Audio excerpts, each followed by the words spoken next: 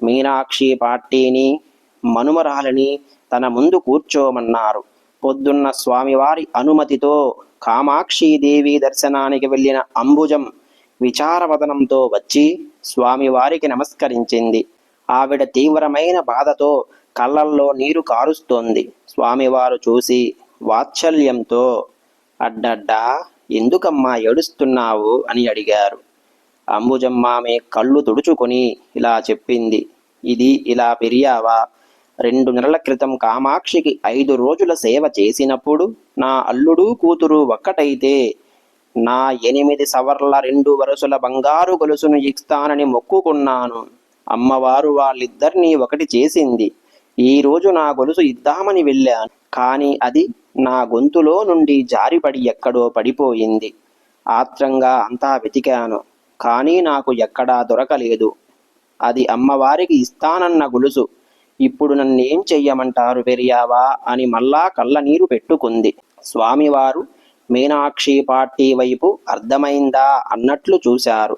Party స్వామివారికి నమస్కరించి లేచి నిలబడింది. పల్లెంలో పెట్టిన ఆ బంగారు గొలుసును చేతుల్లోకి తీసుకుని అంబుజం వైపు తిరిగి దాన్ని చూపిస్తూ, అమ్మా అంబుజం, చూడు, ఇది నువ్వు పోగొట్టుకున్న గొలుసేనేమో అని అన్నది. అంబుజం దాన్ని చేతుల్లోకి తీసుకుని పరీక్షించి, ఇదే ఇదే ఇదే గొలుసు పార్టీ, ఇది ఇక్కడికి ఎలా వచ్చింది? చాలా ఆశ్చర్యంగా ఉంది అని అన్నది.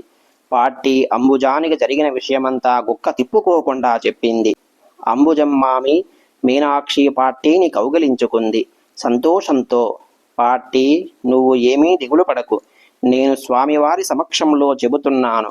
నీ మనుమరాలి పెళ్లికి 2 వరుసల బంగారు గొలుసు 8 సవర్లది కొత్తది నేను చేయిస్తాను. తన పెళ్లి వైభవంగా జరుగుతుంది. ఈ గొలుసు నేను అమ్మవారికి సమర్పించాలనుకున్నది. ఈ సాయంత్రమే నిన్ను మీ అమ్మాయిని నాతో నగల షాపుకు తీసుకెళ్లి 8 సవర్ల 2 వరుసల బంగారు గొలుసు ఇప్పిస్తాను. అంతేకాదు, తన పెళ్లి ఖర్చు నిమిత్తం 5,000 రూపాయలు ఇస్తాను అని చెప్పింది.